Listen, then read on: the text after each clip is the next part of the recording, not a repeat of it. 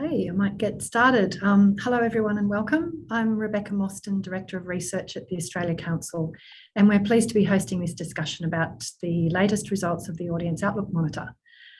I'd like to begin by acknowledging the traditional owners of the unceded lands that I'm coming to you from today, the Gadigal people of the Eora Nation. I'd like to pay my respect to elders past and present. I'd also like to acknowledge and pay my respect to elders of the many lands across Australia that we're coming together from today, and to all First Nations colleagues joining us for this discussion. I'm sure many people joining today are familiar with the Audience Outlook Monitor and have come along for these discussions in the past. For anyone who's new, the study, it's been tracking audience insights since the beginning of the COVID-19 pandemic. The study is led by Pattern Makers and Wolf Brown research agencies in partnership with the Council and our state and territory partners, and with the participation of many arts and cultural organisations. So thanks to everyone who contributes. The Audience Outlook Monitor has been providing essential information on audience sentiments and behaviours throughout the turbulent ride of the last few years. Now, as we head into summer, with isolation rules relaxed, along with new challenges around the economy and cost of living, among other things, it's another critical moment to understand what audiences are experiencing and what they're thinking and doing, to help us all guide all of our strategic planning and decision making. So the results of the October 2022 phase were released yesterday. To discuss these latest insights and data, we have, as always, Tandy Palmer-Williams, Managing Director of Pattern Makers. And we're also joined today by Liz Tompkinson, Manager of Multi-Year Investment at the Australia Council. Thanks to everyone for taking time out of your day to join us for this discussion. As always, please feel free to introduce yourself in the chat, tell us where you're tuning in from, any thoughts or comments that you have, and please use the Q&A box to add any questions as they come up through the discussion. Tandy and Liz will get to as many of these as they can. I'd also like to thank and welcome our Auslan interpreters today, Dana and David. And with that, I'll hand over to you, Tandy. Hello, everyone. So lovely to be with you again today. I'm seeing lots of familiar names come up in the list. Lovely to connect with you all again. Can you believe we're in October, late October? It's crazy, isn't it? Liz, how are you today? It's so lovely to be doing this session with you. Hi, Tandy. Hi, everybody. I am well, and this is exciting results that we're going to discuss. So I'm really keen to hear from everyone on the line, because there's some really interesting insights, and the more we know that's happening on the ground from organisations, the more we know. So I'm just excited to get into it. That's right. Knowledge is power. So I'm already seeing Lena. Hello. Hi, Brooke. Hi, Julie. So lovely to connect with you all today. So I'm beaming in from beautiful Bundjalung country. We had a very wet weekend, and now it's a gorgeous sunny summer day. So I'm in a good mood. I hope you are too, no matter what the weather or the context that you're in. And just want to thank you so much for joining us to get a little bit geeky. We're going to see a lot of data and hopefully have a good chat. So those of you who've been involved in these webinars in the past will know that it's a really great chance to pool our knowledge, swap ideas about, how are we all approaching this within our organizations or with the events that we're working on. So the more talking that you do in the chat, the better this webinar will be. So please definitely introduce yourself and where you're from, the land that you're beaming in from, and what events you're working on over the summer or where your thinking is at. We'll hopefully have a really good chat. So you'll be familiar by now that with the Audience Outlook Monitor study, it's a cross-sector collaborative data collection exercise. We're in our 8th round. I can't believe this. Yes, 3 years of the pandemic. We've all got some more wrinkles. But yeah, can you believe we've done 8 rounds? It's insane. And 10 actually, if you include the pulse checks that we've done in between rounds. This year, we've got about 100 organisations involved, from museums, galleries, theatre companies, orchestras, performing arts centres, festivals, etc. So it's a really good look at what's happening across our sectors, and there's a lot of common trends and insights because we all share audiences, don't we? And basically this round, we've had over 5,000 respondents, which is insane. I was really struck, at what a special thing happens when we get that many people. We've got, 6 different government agencies involved, 100 organizations, 5,000 audience members, everyone coming together in this moment to kind of share what they think, their perspective. And it's an amazing thing that happens. So thank you so much to all of you who are involved in whatever way that is. It's a real honor to be involved in this study. So let's get into the data now. Hello to everyone who's joining in the chat. Mark, Chrissy, Vanessa, Caitlin, so lovely to be with you. Hi, Alex, Rebecca, awesome. So basically there's 3 questions that I'm going to go through in this webinar. One is, where are we up to in terms of recovery? How are things going? The other one is, what audience behavioural trends should we expect in the next kind of 12 to 18 months? How is behaviour changing and evolving, and what do we need to prepare for? And the third one is, what's the outlook for digital engagement and how should we be investing in that space? So they're the 3 big questions I'm going to tackle today. And yes, get ready for the data. Basically, what we're saying is that it looks like things are gradually improving. I wonder if you've seen this at your venue, let us know. But it looks like the proportion of audiences that are, ready to attend whenever permitted steadily continues to rise. So I've shown the results here on screen since, the beginning of the tracking study in May 2020. You'll see it sort of fluctuated along last year. We had some lockdowns in certain states. WA had its turn of freaking out. And now we're kind of seeing a steady incline. So in August, we saw it increase since March, and in October, we're seeing that again, which is, I think, overall good news. So it's steadily increasing in terms of audiences being ready to, I guess, sort of get back to normal. And I know that that can be challenging because we're not all there. But certainly a majority of audiences are kind of ready to live as normally as possible. 7 in 10 say that they indeed actually attended something in the past fortnight. And the qualitative data shows that many people are really enjoying a bigger sense of buzz in their local area. There's sort of more choice on offer. So from an audience perspective, that is a really good thing. I'd be really keen to know what's happening in your area if you're kind of seeing these trends. So we hear things like this from audiences. It's been really fulfilling. It only recently feels like things are returning to normal. I'm starting to feel a community presence again in Sydney. It's so important to have places to go and explore broth, both alone and with friends and family. Everything is richer for it. And another person said, it's been amazing. I've missed it all. The buzz of the city when I hop off the train, the collective joy of the audience, the post-show conversations, all of it. And I know myself in a regional area, there's just seems like a lot more on the weekends. Almost, you're having to make some tough choices. And we'll talk about that a little bit later. But there are still people out there, about 2 or 3 in 10 who are still feeling a bit cautious. And this depends on their personal circumstances. Often they feel vulnerable or someone in their life does. So one person said, I am very much concerned about the removal of pandemic controls, such as mandatory isolation, mask wearing, and widespread testing.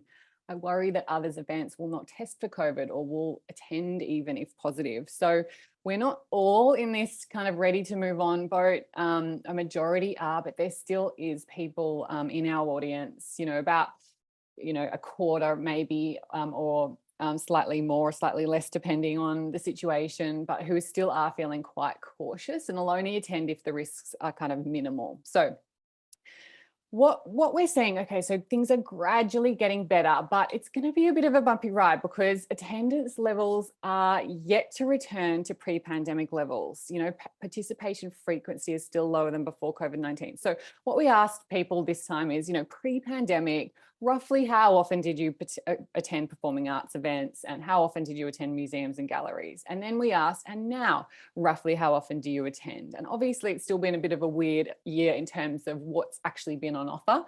But we'll see here the pre-pandemic performing arts attendance. If you notice the blue and the pink, we've got about 69%, about 7 in 10 saying they used to attend about once a month or more.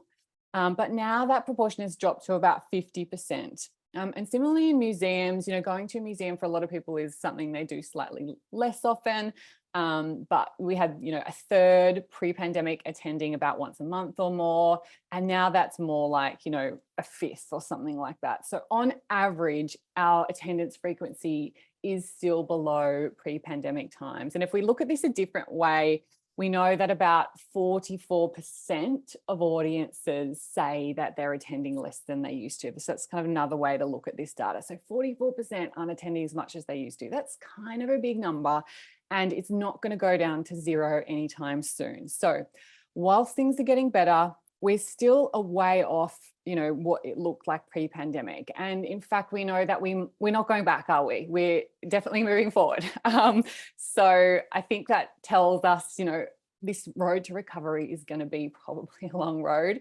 It's going to be a marathon, not a sprint. And I don't know about you, Liz, I'd love to know what your take on it is, but if that's the case, and in this data, we are kind of seeing now like COVID normal in terms of the outlook. And I think we sort of have to prepare ourselves and look at, okay, if this is going to be a marathon, what do I need to do? What do we need to do in our teams to really look after ourselves, take the rest that we need to in the coming season and breathe out. We got through kind of that lockdown era of the pandemic. Let's take a bit of a breather. What do you think, Liz?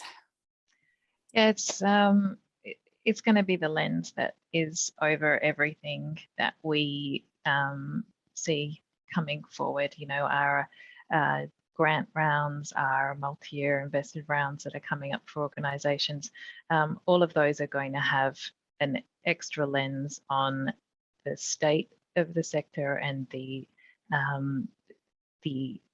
burnout that's been going on and continues to go on, and the very long tail and continued impact. So it's going to be around for a very long time, and it's something that is consistently considered in the things that we do, and we need to just be sensitive to all the other factors that are going on in terms of the cost of living and all of those things that are continuing to hit this industry. Yes, we've really been through the ringer, haven't we? It's been such a tough time, and we've still got a marathon ahead of us. But look, it's amazing what we've been able to do in terms of bringing, 7 or 8 in 10 audiences back as frequently as they are. Like, that is incredible. So I hope that there'll be some celebration as we come up to Christmas about the amazing work that we've done to rebuild an industry from nothing. That's amazing. Yeah. It's insane.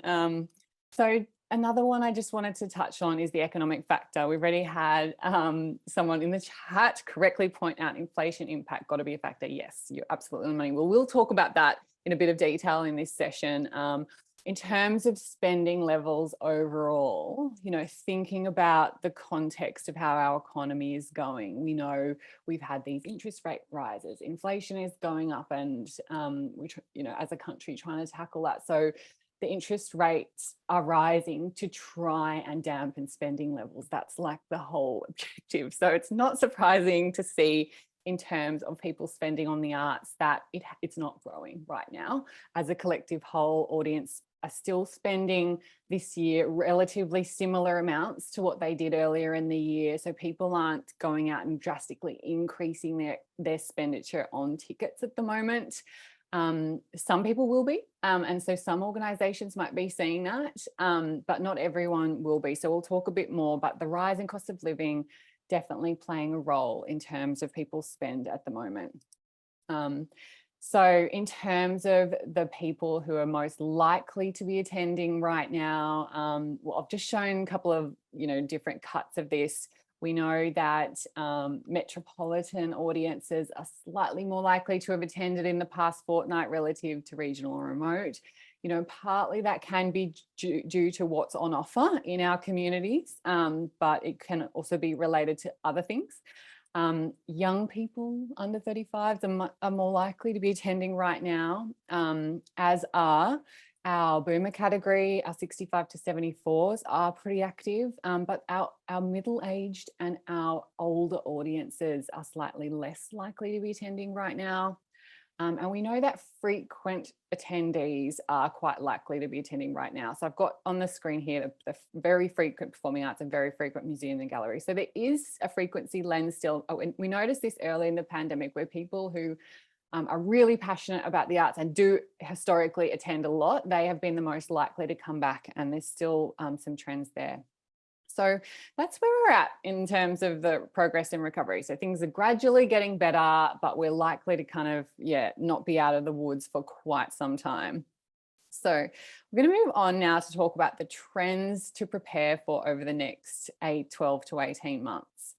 So when we look in detail at all the data, we see that behaviour is shifting, and there are some trends that we think it's worth preparing for in the next 12 to 18 months. So the first one is attendance is climbing, but along a bumpy path. So half expect to attend more often in the next 12 months, but some kind of still feel a lack of events available or prioritising other things. So there's a range of complexities going on, but I think we should prepare for attendances to be on a positive upward trajectory. It'll be pretty gradual, possibly, depending on what's going on for you. Obviously, there's different things at different organisations in terms of what your program looks like, where you're at, but I think prepare for things to gradually get better, assuming we don't see some radically different new variant. Like even when we had Omicron earlier in the year, things didn't completely fall off the wagon. So I think, and we had an outbreak, a couple of months back, and, in some areas we saw attendance take a hit, but it hasn't been what we saw in the early stages of the pandemic. So I think we could see variants and, keep tracking on this upward path unless it's something radically different. So obviously we need to bear in mind that something radically different could happen, but otherwise fluctuating attendances, hopefully heading up. Second one is increasing price sensitivity. So we know financial barriers are now affecting 40% of our audiences, and some groups are more likely to be affected than others. So we'll talk about that. Last minute decisions, here to stay. And in fact, over summer, it's a time when people kind of get a bit busier. And so scheduling conflicts kind of happen in people's lives. And so we could see a bit of hesitation around that, but definitely last minute decisions. Lifestyle changes. So many of us have changed our lifestyles in relation to the pandemic. I myself moved to a regional area, and many people have had life events. Now it's quite hard to unpick now what is due to the pandemic and what's just general life, kind of water under the bridge happening. People going through different life stages and life events. But we are seeing about 1 in 5 saying that their preferences have changed in terms of the days, times, or locations. So we need to prepare for that. Number 5 is looking for variety locally. So we're still seeing people favour local rather than kind of getting their travel as much back up to pre-pandemic levels. But people are starting to want to see more variety in their communities, and there's an appetite for new, uplifting and challenging cultural experiences. So we want to see a lot of that balance returning. And the 6th is going with the flow. So we'll talk about COVID safety. Yes, it's not completely out the picture, so we'll talk about that as well. But they're the 6 trends that we're going to talk about in this next section. And I'd love to know, are you seeing any of this at your organisation? Do you personally relate to some of this, any of these trends?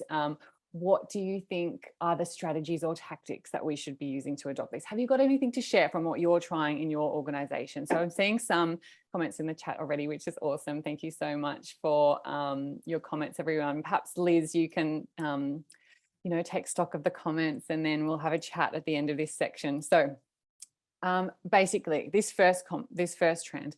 Half of our audiences expect to attend more often in the next year, but another 43% say their behaviours will stay the same. So we asked, do you see your current level of attendance changing? 7% definitely increase, 44% probably increase, 43% stay the same, and some say probably decrease. So I think overall that's an optimistic picture. And so that's what's informing our expectation that things will improve.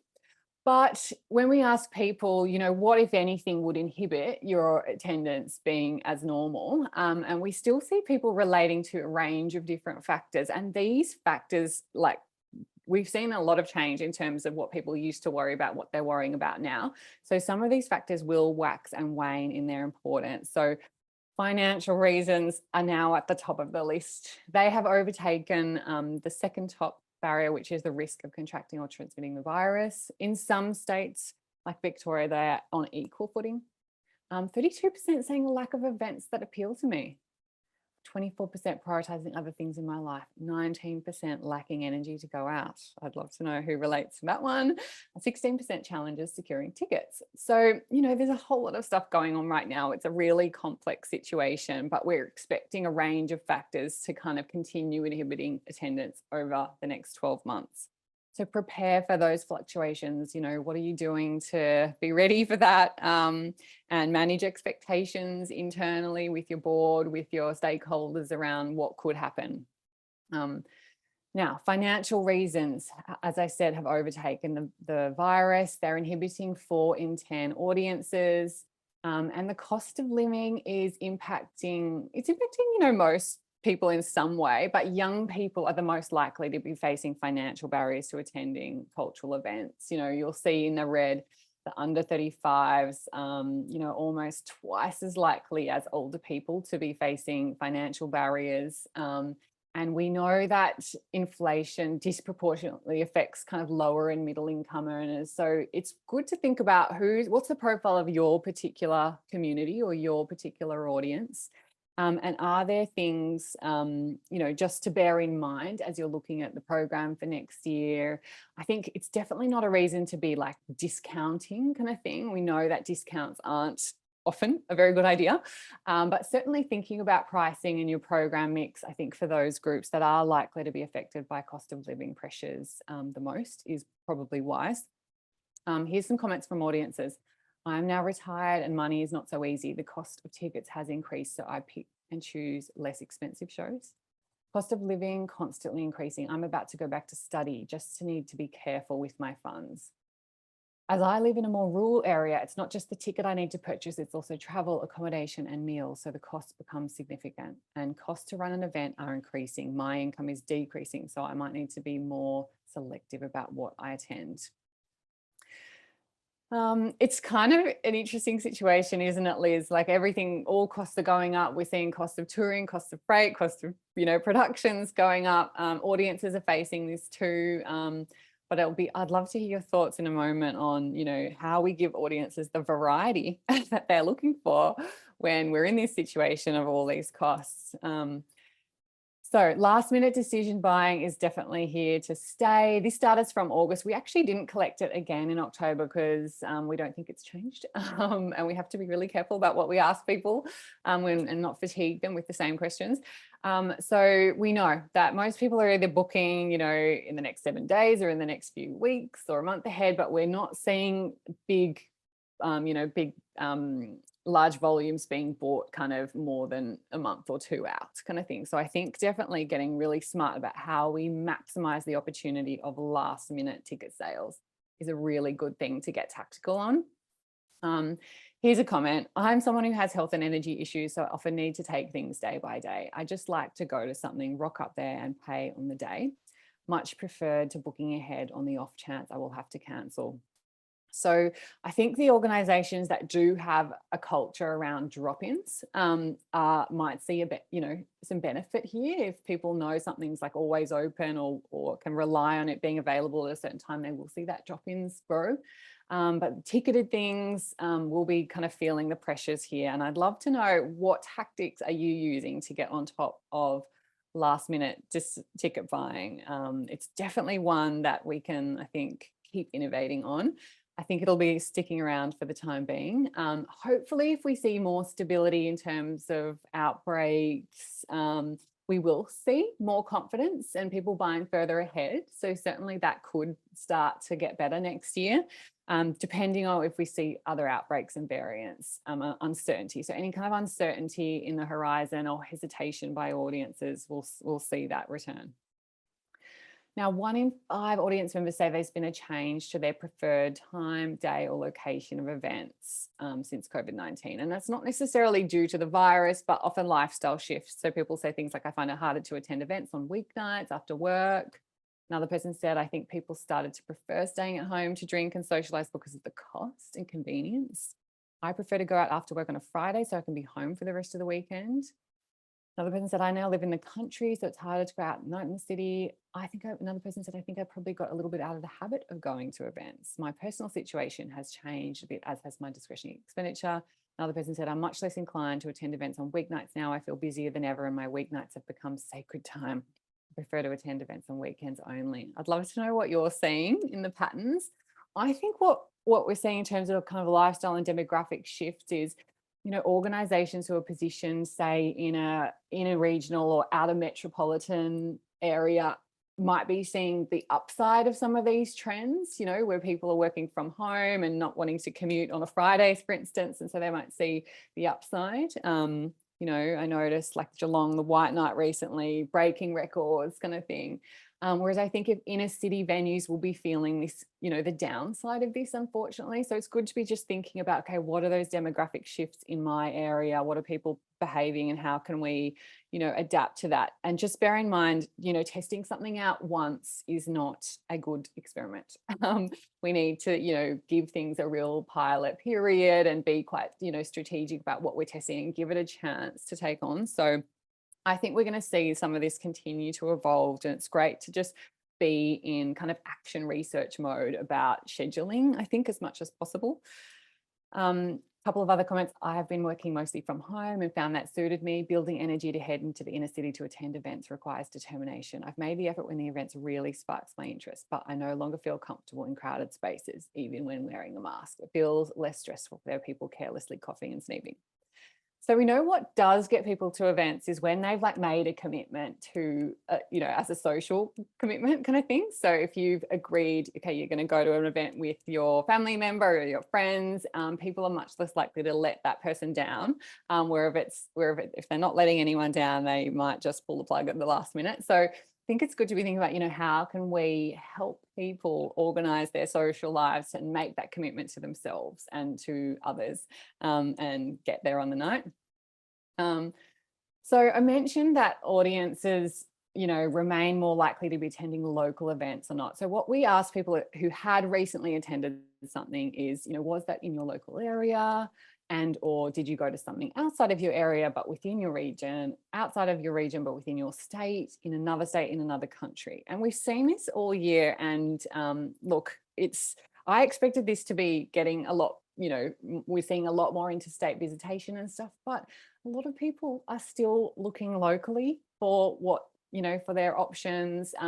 Some people are traveling out of the area within their region. I'll show you this broken down by metro and regional. So regional remote audiences seem to love attending locally even more.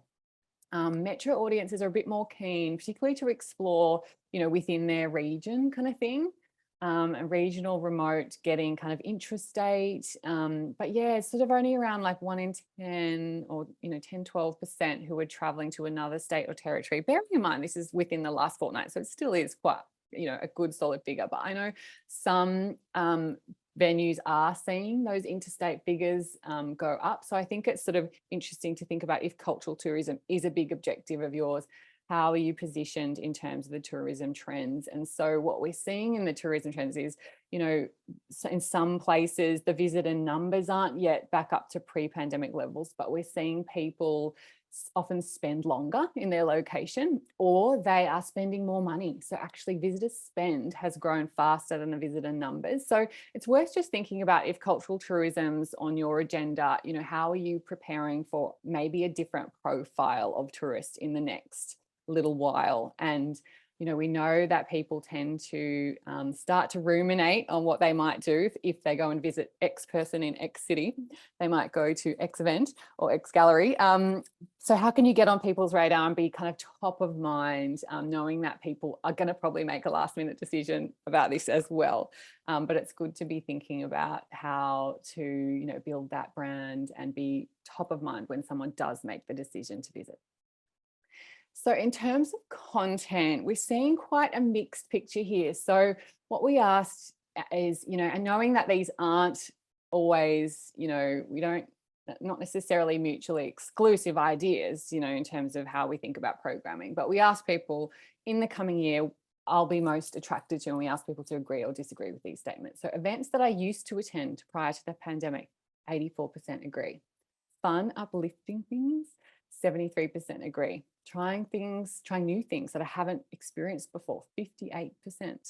Events with big name artists, performers, 56%. Challenging topical things, 42%. Stories that are about or from my local community, 39%.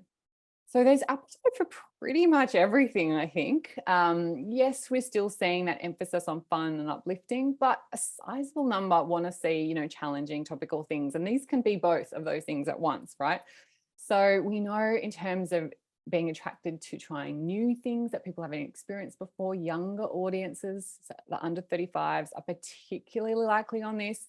And they're a really important audience group right now. We know that they are the most active, often they're attending the most. They're also experiencing financial barriers in the highest numbers. But it's good to, I think this is quite a strategically important group for our sector, isn't it? Like, we want to build the next generation of audience goers and arts lovers. And so showing this young audience the full range of what's possible is kind of an interesting concept to think about. Not easy, is it, in these times? So keen to hear how you're making that happen. Local stories seem to be slightly more likely to resonate with regional audiences, though there's also appetite for big name artists. In our snapshot report, we've got quite a lot of commentary, from audiences around some of these. So if this is interesting to you, if you're in programming, definitely tune into that report. Okay, I've got some highlights here, but the emphasis is on kind of balanced programs. So life can be short, and live music and performances are what makes me happy and keeps me going. I'm going to keep attending them as much as I can. There's enough conflict and challenge in the world today. I don't want to seek out challenging events for entertainment. I want escapism. And then we hear the opposite. I don't need fun, uplifting things, but I do need to be intrigued, challenged, and informed. I don't need big names, but I do like professionally run events. The arts are about innovation and change. We want to see, hear, and watch new shows, music, and arts events. I like the new and challenging, and will continue to seek those productions and opportunities with, I feel, an increasing sense of confidence in doing so. And, local loyalty continues to be important. But I think, there is a sense of locals wanting to see more variety in their community. So I'll just show you this one comment. So throughout the COVID experience, there has been a strong focus on local, which made good sense and felt right. But after nearly 3 years of a focus on local, I'm feeling a bit parochial and really keen to see and experience things that bring a new perspective. I really want to travel for art and culture, but I don't feel comfortable doing so yet. So local still important, but some of that is wanting to see more variety in the local communities, and many of people are excited for that return of touring. So in terms of COVID safety, yes, I promised I would talk about it, and it's definitely on the agenda.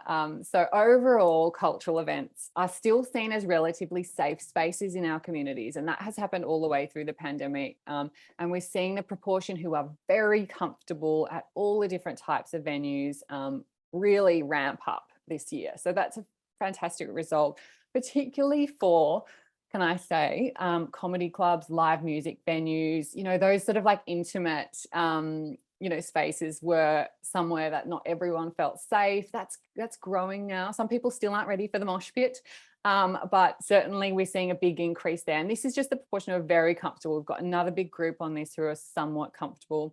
Hands-on exhibits are another one. So people are ready for those to return, and we want to see, particularly parents of children, actually, they're ready for that to return, and they want people to have those, interactive experiences again.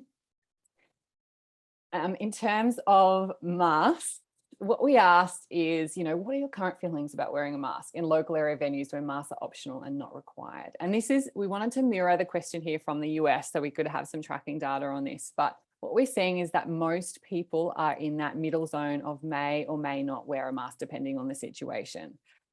And I wanted to share this comment. Most people are willing to wear masks if you ask them to, and maybe that will make those slightly anxious people feel more comfortable to attend. I went to a theatre performance a couple of weeks ago where masks were mandatory, and every single audience member complied without any fuss. We get it. It's interesting. I've been on some planes recently, and it was kind of scary. Almost no one was wearing a mask on the last plane I got. And so how we're kind of looking at this data is going, okay, I think if you're asked to wear a mask, most people are happy to and will oblige, especially if you're providing them. But if you're not asking people to, most people won't. So I think it's something to watch, particularly if transmission rates creep up over the summer. And, some people are predicting that we could have an outbreak in December, which would be, perfect timing. But I think it's something to watch, particularly if you've got an audience that's vulnerable or a skewing older. I think it's something to watch. And I think particularly if transmission rates go up, most people are happy to wear one if you ask them. But if you don't ask them, most people won't. So Liz, that's the end of the trends what we're going to talk about. I'll just go back to the summary slide, but I'd love to hear your take on some of this stuff, particularly around, artistic risk, last minute decision buying. Here we are. What do you think? Yeah, look, I've just been looking at the chat as well, and it's definitely interesting to note that free events are sort of even experiencing a lower pre-registration. So even though they're not paid events, registering seems to be a little bit too much of a commitment, but they're still getting some sort of good attendance numbers by people rocking up. So, to your point, a last minute, literally last minute, I'm now free. I'm going to see if I can go. So I think that's really interesting too. It's not even a reluctance for committing money. It's actually just committing time with the conflict and the appetite of sort of paid events being down. That was something that interesting. So, I'm keen to sort of look at how people are sort of therefore sort of harnessing that spontaneity if people are in the office that day or in that week, how people are sort of marketing those opportunities. I know that there are people who are, social media obviously is a lot more immediate. As soon as companies get an excellent review of a show, they're pushing that out to social media straight away and advising people that, there are seats available tonight and all of those kind of things. So that's really interesting. We have seen that the more established repertoire does seem to be selling in advance from what we're hearing, more than the new work or the less known works. So it's great to see that the appetite for those works is increasing. But I actually, we need to know from organisations, I mean, how do you sort of grapple with that, and how do you secure that sort of interest when you do have, the surefire, more established works giving you more security. So we have seen a couple of the festivals sort of do, discounted tickets in that first week of sale, or, to try and get kind of that kind of early bird sort of feel of a commitment, and midweek sort of discounts for theatres are kind of coming up.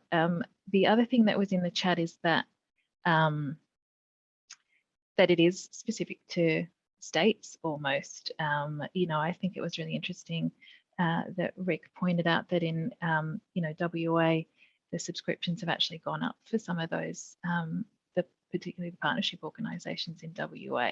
So that's interesting that they've had an increase in subscriptions for 2022. Yeah, great result there. That's awesome. Yeah. Thanks, WA. Yeah, I think someone else had a question about subscriptions. I mean, yeah, I think obviously we know that cost of living pressures are disproportionately felt by young people. And a lot of the subscriber bases are made up of older audiences. So I think that's a group that's less likely to be affected, but there is still an element of uncertainty. I don't know, it'd be interesting, really interesting to compile some figures on this across the industry.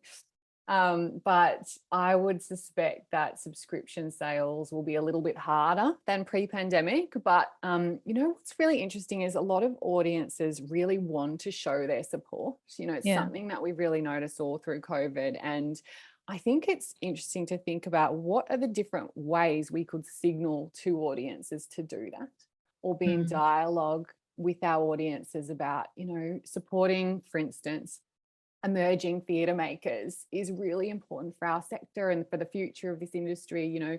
You can get involved in supporting this by doing X kind of thing, and making those signals about, is it a donation? Is it buying a subscription? Is it buying a ticket? Is it showing words of support? I think a lot of audiences do want to do that. So if you want to think about, is the leader of your organization in dialogue with your audience about how you're doing that kind of thing? I think it's a real opportunity area. But yeah, subscriptions will be interesting. I know there's a lot of change as well in terms of like how we're packaging subscriptions, and instead of 5 shows, is it 3, and those sort of things. So I'd love to know if anyone's doing some research on this. Yeah, sure. I'm just actually looking at the question that Christine's popped in there, that she's sort of just wondering if you have any insights onto how people feel about the format of events. Are people over webinars, or should we still be offering hybrid events where people have an option to attend online or in person? We are going to touch on this a bit, Candy, aren't we, in terms of the digital space. And I'll just flag that, the council is doing getting a little bit more intel into people's feelings in this space as well. Yes. And Rebecca can speak to that in a sec. Great, awesome. So in digital, I'll just go through the figures really briefly here. So basically, excuse me while I zoom back to where our spot is. Here we go. What's the outlook? So 1 in 5 audiences continue to see a substantial role for digital in their lives. Around half see a small role for digital, and 32% see no long-term role for digital in their lives. So that's kind of how the market is falling at the moment overall. Here we're showing the proportion who've participated in the past fortnight in these key types of online experiences. And you'll notice for most types of the October figure is a little bit down on March. So as more people are getting out and about, we are seeing a little bit of drop off there. Not a huge amount. So I'd say, many people are kind of continuing to engage in some way, and about a third of those engaging are paying. So some good kind of retention there on those figures. Definitely audiences who are vulnerable to the risks of COVID or know someone is, see a bigger role for digital in their lives. So increasingly we're thinking about, digital being a really important part of accessibility and, in disability action plans and all of those things. I think, there is still a segment that, that 25% of people who are very risk averse, and that'll be bigger for some organizations depending on the profile of your audience. So it's a really important part of the mix that we have kind of got to commit to in some way, I think. So here's some comments. So I think in terms of accessibility, online events should always form part of programming. Personally, I would rather attend an event in real life, but there are times sick kids, lack of babysitting, where going out isn't an option for me. So what we're hearing is also from people with a disability that a wide range of things are important. In terms of hybrid events, what we're doing actually is doing some interviews and case studies on people who experience a disability and their perception of how accessibility has changed through the pandemic and how digital fits into that. So stay tuned for that in the next few weeks. I think what we're hearing is that there's a role for both. So having hybrid as an option is really good for some people, but also having like dedicated online events are still really nice. So, one person shared that they sometimes get the feeling at a hybrid event like they're looking in like an outsider kind of thing. And so it can be really important to think about, how you're facilitating a great experience for those people that are tuning in to make them feel really involved. But also having like dedicated online events. I know even when we're like facilitating a workshop, sometimes I prefer to have everyone online on Zoom than have some people face to face and some online. I don't know, what do you think? So we'll have more to say on that in a moment. And I'm keen, Liz, if you've got some thoughts. I mean, what's really interesting is in the amount of investment that some organizations are making into making that really high quality digital only content. So, theatre works filmed specifically for digital streaming, for symphony performances specifically for digital streaming, and that real sort of high quality. But I mean, that's super tricky because it's an extra cost, and smaller organizations can't, stomach the production values of that. So it's a really difficult space to navigate, whether the investment for your own infrastructure or whether you're going, you know, to any of the sort of subscription streaming collectives. Rebecca, Yes. you popped Yeah. in. Yes, I just thought I'd pop in just to mention, as Liz mentioned earlier, that the council has kicked off some new audience research to get a better understanding of what people want when they engage with performance online in particular. So we're looking at things like who's engaging, what they value and connect with, and what they like and don't like. It's also looking at how technology can best be used to make performances accessible and inclusive, which obviously is, as we know from the Audience Outlook Monitor, is a key factor for many people, that sense of not necessarily feeling able to go back to the live event themselves at this stage.